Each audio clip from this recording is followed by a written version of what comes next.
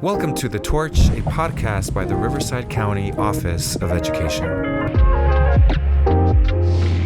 Hello and welcome. I'm Dominique Samario, the Administrator of Community Engagement and Partnerships at the Riverside County Office of Education.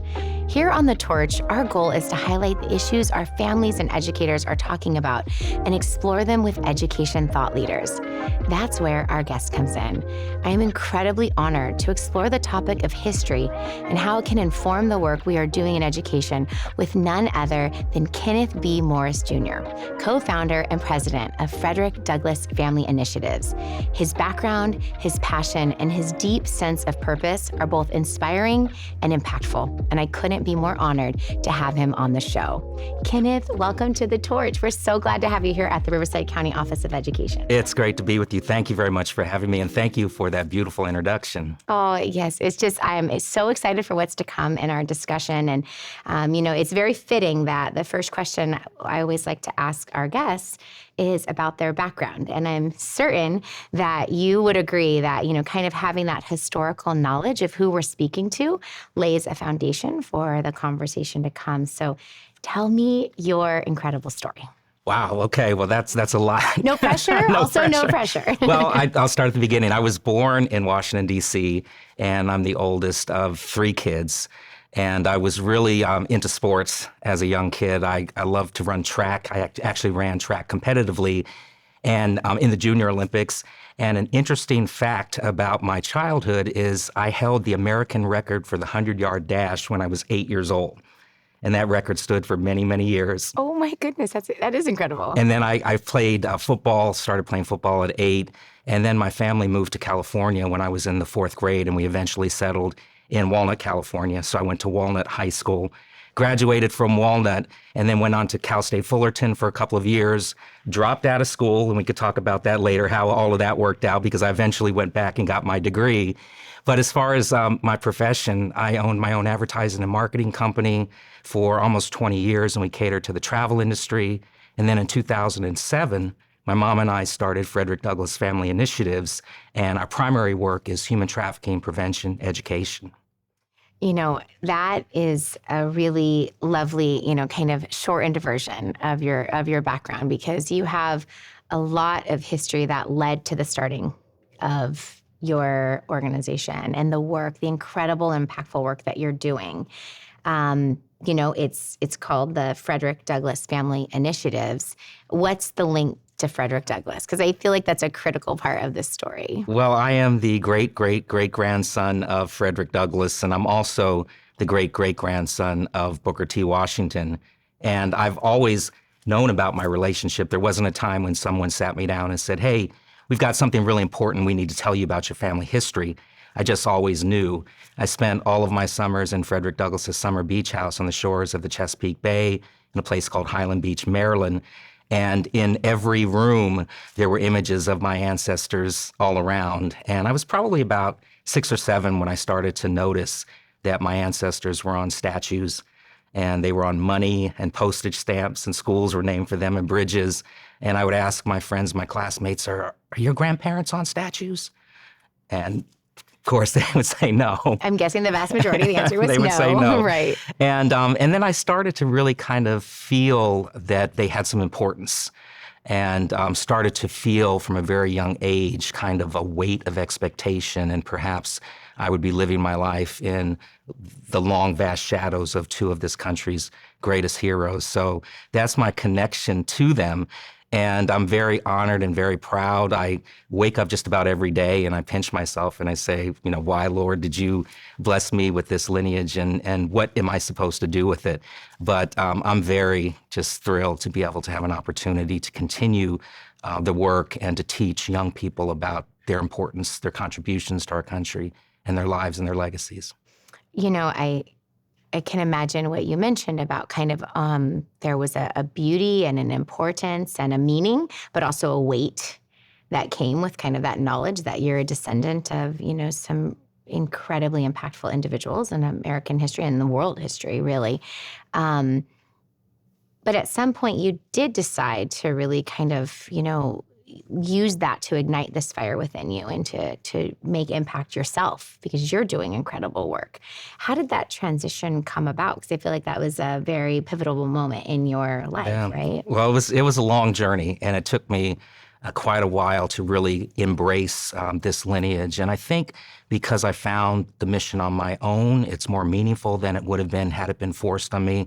I was very fortunate that when I was coming up, I was the first male in the family to really carry the dual lineage. And the way that the families came together, it all happened on my mother's side. My mother's mother, Nettie Hancock Washington, was Booker T. Washington's granddaughter.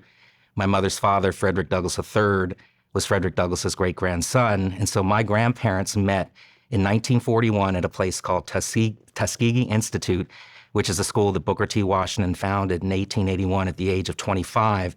My grandparents were on campus the same day. My grandmother actually had been born in the hospital on campus, but was living in California at the time. She was just home for the summer. My grandfather was a surgeon, and he'd been commissioned down to Tuskegee by the Veterans Administration during World War II. And so he decided this one evening that he was going to eat in the school cafeteria, the student cafeteria. He had never eaten there before. My grandmother was on campus to meet friends, and so she's rushing across campus. And if you can get this visual of my grandfather strolling coolly, and she's rushing, and they literally bumped into each other, didn't know that the other descended from an historic family, and they fell in love at first sight and wound up getting married just 3 months later. And so when my mom, Nettie Washington Douglass, was born, she was the first person to unite the bloodlines of the family. She was an only child, so I have the honor and privilege and blessing to be the first male to carry the dual lineage. And being the first male in the family, my parents, grandparents, great-grandmothers had seen what that pressure had done to other men in the family, and they didn't want to put that kind of pressure on me or my sister or my brother. So they really kind of put this hedge of protection around us to shield us from these very formidable legacies. So that weight really started to become heavy at a young age. I could imagine. And so what was the moment that changed in the early 2000s then? Yeah, so I'm running my business, advertising and marketing, as I said earlier, catering to the travel industry. And I really had fallen for the American dream, have a big house, drive a nice car. I was happy to be a husband and a father of 2 daughters, and wasn't really giving back in a way that I felt like I should have been giving back. And right around the time, I'd say it was probably about 2005, I read a National Geographic magazine, and the cover story was 21st Century Slaves. And it was actually a cover story, a magazine from 2003, but I didn't see it until 2005. And that headline was 21st Century Slaves, and it was about human trafficking and modern-day slavery existing all over the world, including here in the United States, including here in our backyards. And that story just floored me. I had heard about trafficking, mainly sex trafficking in far-off places, like I thought Southeast Asia. And then I wanted to learn more about the issue, so I just started reading everything that I could get my hands on and Googling everything. And there was one night that changed the trajectory of my whole life. And I was sitting in my living room, and I was reading another article about a 12-year-old girl who was forced to be a sex slave in the brothels of Southeast Asia and serviced countless men almost every single night. And down the hallway, I could hear my daughters getting ready for bed. And my older daughter, Jenna, was 12, so she was the same age as this girl that I was reading about. My younger daughter, Nicole, was 9. And my mind just starts racing. And my daughters are getting ready to get tucked safely into bed, and they're laughing, and they're about to get on their knees to say their prayers. And I can't wrap my brain around what I'm reading and what I'm hearing. And when I walked in to say goodnight to my girls, I had this moment where I couldn't even look them in the eyes. And I felt like I couldn't look them in the eyes and then just walk away and not do something about this. And it really was almost immediately that everything started welling up inside of me.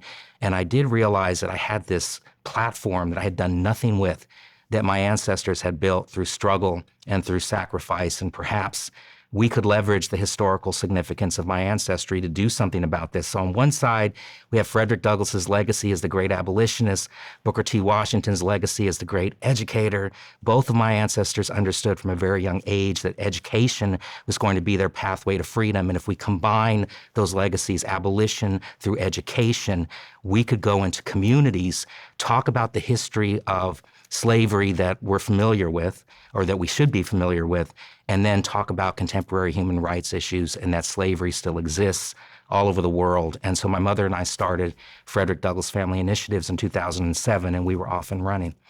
That visual and that transformation is truly incredible, and the impact you're now having is even more amazing. But I think, just the way that you talked about kind of combining those two elements and the impact that they can have when together. Tell us more about that, because I think that, a lot of our audience are educators themselves.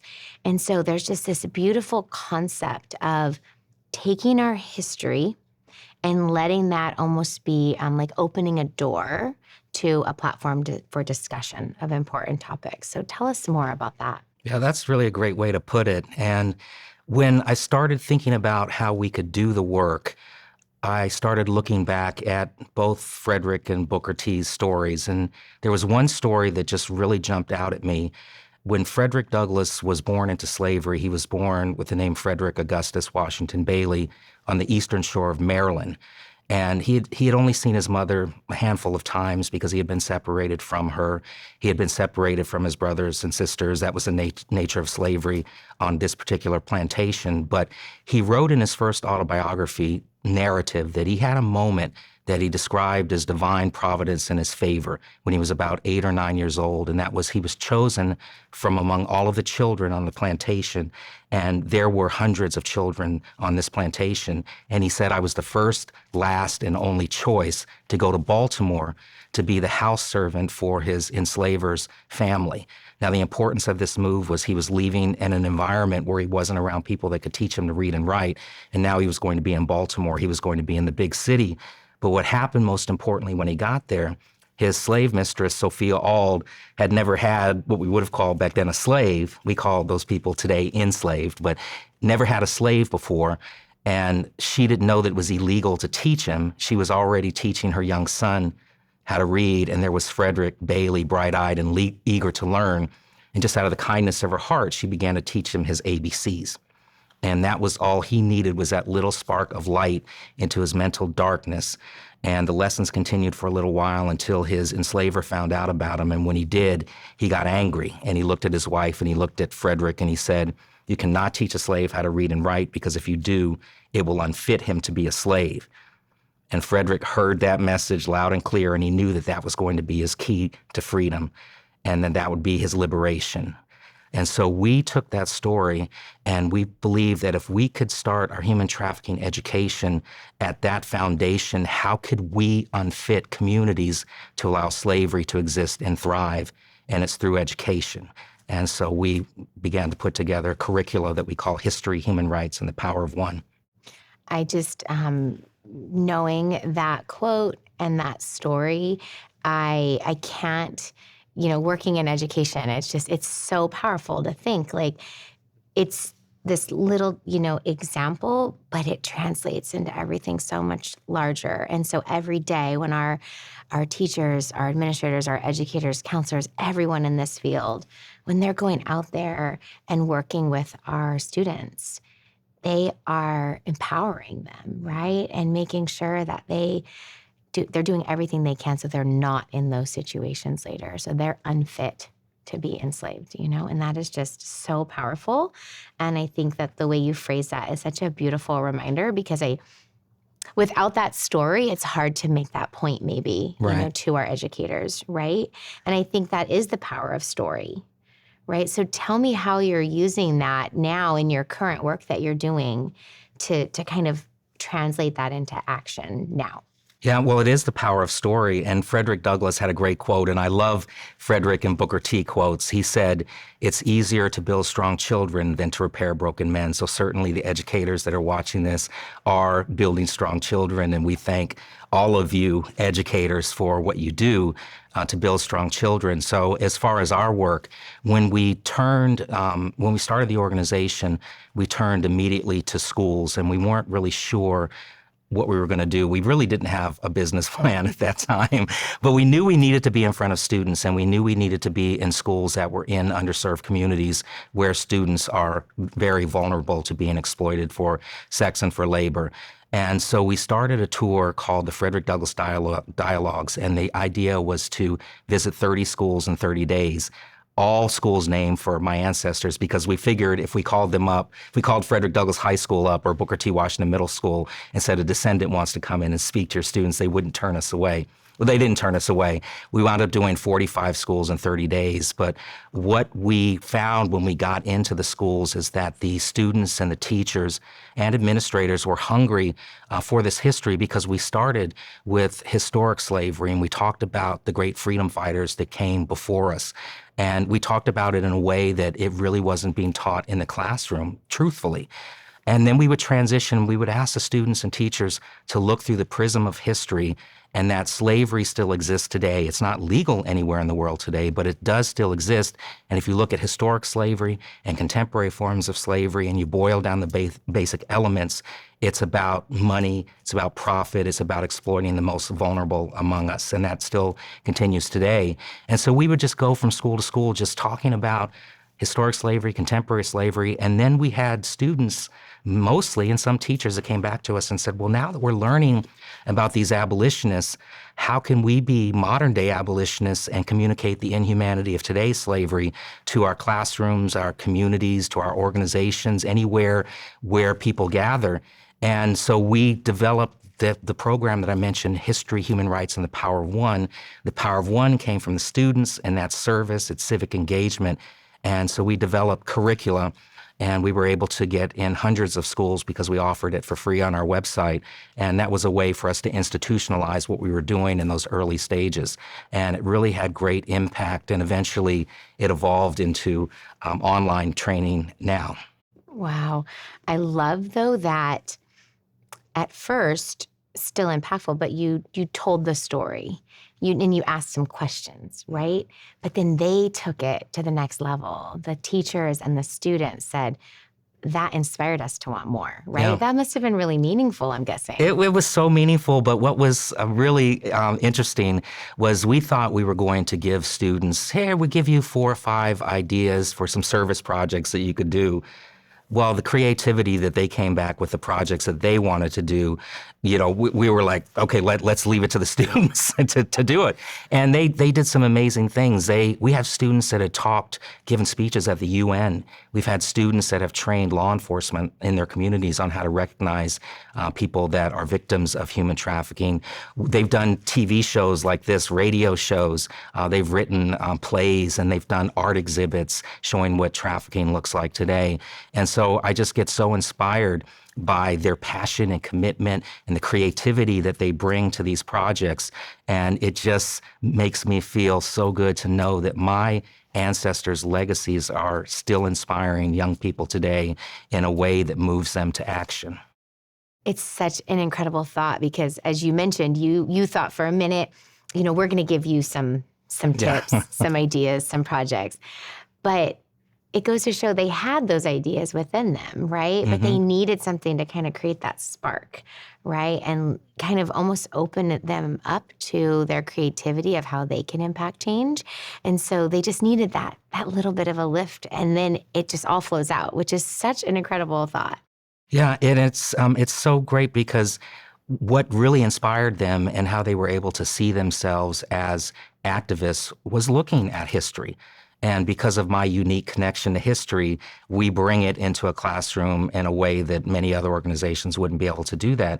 And so when they could see themselves in a Sojourner Truth or a Cesar Chavez or Dolores Huerta, pick your freedom fighter of choice, then they would also see that many of those people that I just mentioned started their work at young ages, and some of them in their early 20s. Frederick Douglass escaped from slavery when he was 20 years old, and at 22, he was already a leading voice in the abolitionist, anti-slavery speaking circuit. Booker T. Washington started Tuskegee Institute at the age of 25.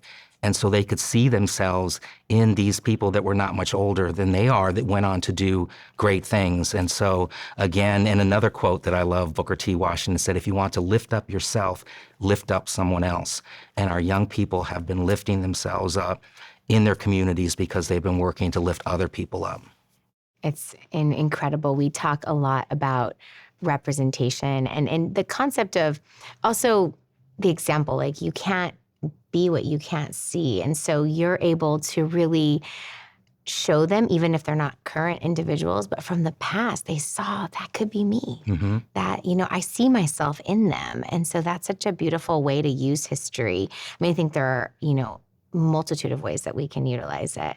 But that's a really unique way. And I think that's a really beautiful translation of it with our students today. So yeah, and it's helped us develop even more programming at our organization. So in 2011, Mayor Bloomberg in New York City came to us, and he'd heard about our human trafficking curricula and asked if we would put together a program for New York City public schools to train teachers on how to recognize signs of human trafficking, and then to also train them and certify them to be able to teach age-appropriate curricula in the classroom, human trafficking education curricula in the classroom. And so we started that program in 2012, and we started doing the trainings in person, and they were going very well until Bloomberg decided to leave office. And then when the new mayor came in, he wasn't interested in continuing the program. But what we were able to do is start an online program called Protect. And the way that that came about was in partnership with two California-based nonprofit organizations,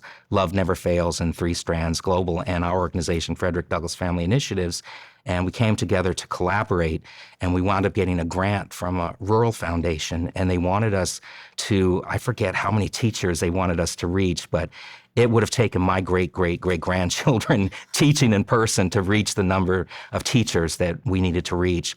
So Protect we launched in 2016, and it's online training of educators and certification on how to teach age-appropriate curricula in K through 12 schools in the classroom. And to date, we have trained thousands and thousands of teachers. I think we're at almost 80,000 teachers and educators and school personnel. This is available for staff as well. And those teachers, in turn, have educated more than 800,000 students, including students here in Riverside County at Desert Sands. Desert Sands right? Unified School District. That's incredible. Yeah, and we've trained 50 teachers in between 22 and 24. And those teachers, in turn, have educated over 4,000 students. And the idea is to reduce their vulnerability to being trafficked for labor and for sex. That is so impactful, and that's just very incredible about the tie right here to Riverside County. So Thank you for sharing that. Tell me more about the concept of the program of the Power of One, because it sounds so impactful, and you've given some examples, but tell me more about what you're trying to inspire in our students through that curriculum. We found that when teaching young people on any subject, but of course our subject is not only human trafficking education, but we talk about women's rights and we just talk about human rights in general. And when a teacher takes our curricula and they implement it in the classroom, some may do it for a week, some may do 2 weeks, some may do a whole semester. We've seen schools that teach the incoming freshmen and they take it all the way through graduation as seniors. But when they're getting the information, and it's a lot of information, in order for it to stick, for them to remember, they have to have some sort of learning in the community, take it to action. And the civic engagement or service learning component is probably the most important piece of it, because they're able to internalize what they've learned and then put it to action. And we've been doing this long enough that I have met students that were in elementary school when we started, in middle school, and I've seen what they've been able to do as adults and how much this education impacted them at such a young age. And so the service part of it is really important. And the way that we started with the service was, when we first started, I mentioned we didn't really know what we were doing, but we just naturally knew that we needed to have the kids do something, the students do something. And there was a woman at an organization that said, well, you know what you're doing? There's a name for it. It's called service learning. And there were many schools that we were working with where the seniors needed to have volunteer hours in a community before they can graduate. And so once we put it out there on our website as service learning, then we had teachers that were looking for innovative service projects. They just Google innovative service projects. We pop up. They say, oh, this looks interesting, download it. And then they're off and running in the classroom. And that was really the start of what we do. But the Protect program that I mentioned goes much deeper into the education and the training. I love that. See, so much of this just kind of happened naturally. You knew the end goal and you knew the background that you could bring to it, the unique background that you could. And the rest just sort of blossomed, which is really incredible. Yeah, perhaps it was meant to be. Yeah, I mean, I'm feeling that. I would tend to say yes on that. So that's really amazing. You know, I think that as we start to, think about wrapping up, there are a couple of really critical elements and some things you touched on, but I'd love to explore them a little bit more. The topics can be heavy, that you're discussing. And as educators, they're highly skilled, and many of them, they're, teaching the history, they're teaching, current events. I mean, so they've got that background. They're incredible at what they do. But they're still not easy subjects to tackle, right? What would you say to them to really encourage them to say, but it's worth it, and it's possible at an age-appropriate level and in an age-appropriate manner? What would you tell them to say? Don't let the, kind of how heavy and the weight of the topic have them shy away because of that. Yeah, well, our education is K through 12, and most people would say, wow, that's really early to start talking about these very heavy subjects.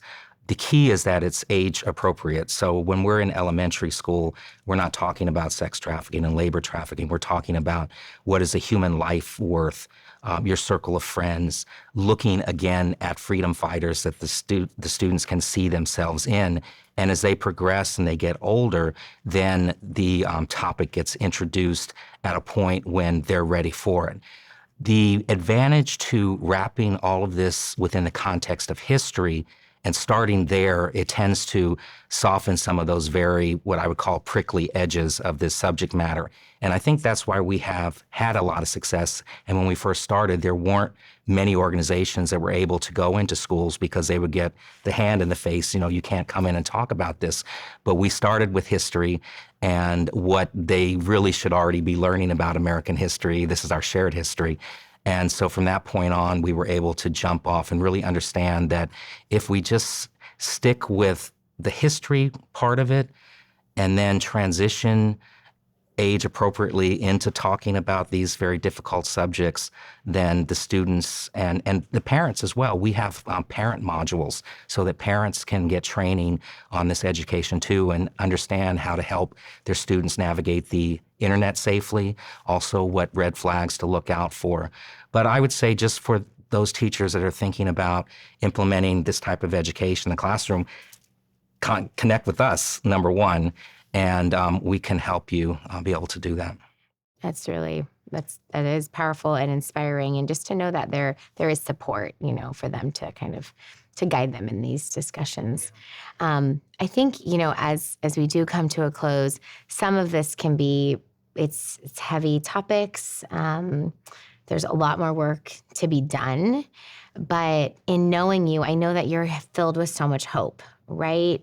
And I think that you don't want to be blind to the realities, but staying hopeful can kind of encourage us, motivate us to keep going, to keep doing the work, right? Yeah. And so what would you say to, and this is to our families, our educators, to anyone listening, to stay hopeful in these, challenging times? Again, I just go back to the history. And while I descend from two people that we've heard of that have notoriety, each and every one of us, everyone watching the show has history flowing through their veins as well. And I know I've told you this story before, but I love talking about it. When we got started, there was a 10-year-old girl. I was in a classroom and I was doing a presentation, and she was bouncing up and down in her chair, and she just wanted to get my attention, and she's raising her hand high above her head. And I finally called her, and she said, "Mr. Morris, I want you to know that I researched my family tree, and I found that my four greats grandmother was born into slavery, taught herself to read and write in secret, and then she ran away and she became a successful businesswoman and a philanthropist, and she knew exactly what that word meant, and she was happy to share it." So she says, so do you know what all of this means? And before I had a chance to respond, she said, "It means I have greatness flowing through my veins just like you do."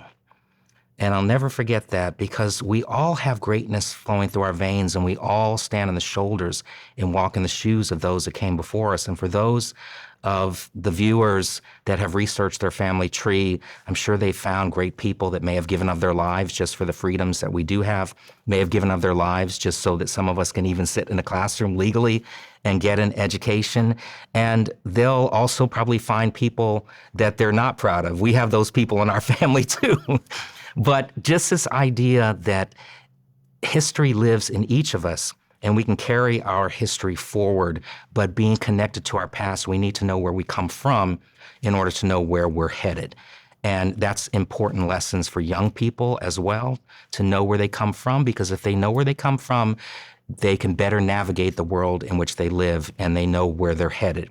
History is not just about the past. It's about the present, and it's about the future. And so carrying our history forward in anything that we do, anything that we're passionate about, anything that we are in love with, just think about that foundation of history in all of our lives. It's so impactful and beautiful. And I thank you so much for sharing. We're gonna transition to something that we do with all of our guests, and we call it our fire round. So the concept is, the responses are, one word to one sentence. I constantly say, I'm not sure that really ever happens, but you could be the first. You never know. So the first two questions we ask to every guest, and then the third is unique to you. So the first one, who was one of your most impactful teachers or educators in your life? I would say it's a coach. And the coach was also an educator, because my football coach was also my history teacher, but he taught me about discipline and hard work and perseverance and all of those great things that coaches like to pour into us. I love it. It's beautiful. What about a favorite book?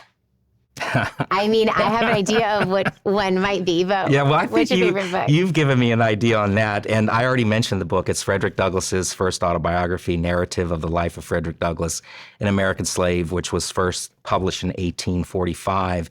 He wrote it at the age of 27. He was only 7 years removed from slavery. It's a classic piece of literature that every teacher, every educator that's watching this should read it. And the Library of Congress named the book one of the 88 books that shaped America. That's how important this book is. And so the Douglass family has published, as of last year, on our Frederick Douglass Books imprint, which is a partnership with Forefront Books and Simon & Schuster, a Douglass family edition of the narrative. And we're working to give away 1 million copies of that book to young people all over the world. We've given away about 110,000 copies so far with the help of foundation grants, corporations, individual donations, anybody that wants to help us put this book in the hands of students. We're a long way away from the million, but we'll get there with the help of people watching this. And so that book, that was not a one-word answer.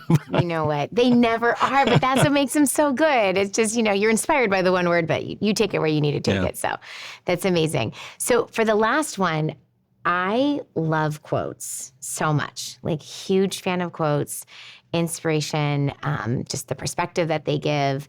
And your ancestors have some incredible quotes, some of which you've already shared.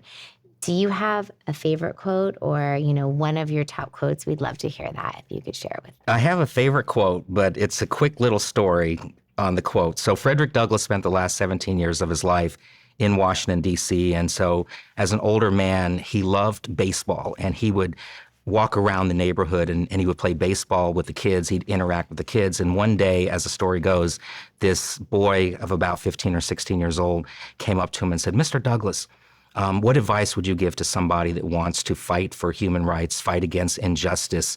What would you tell me?"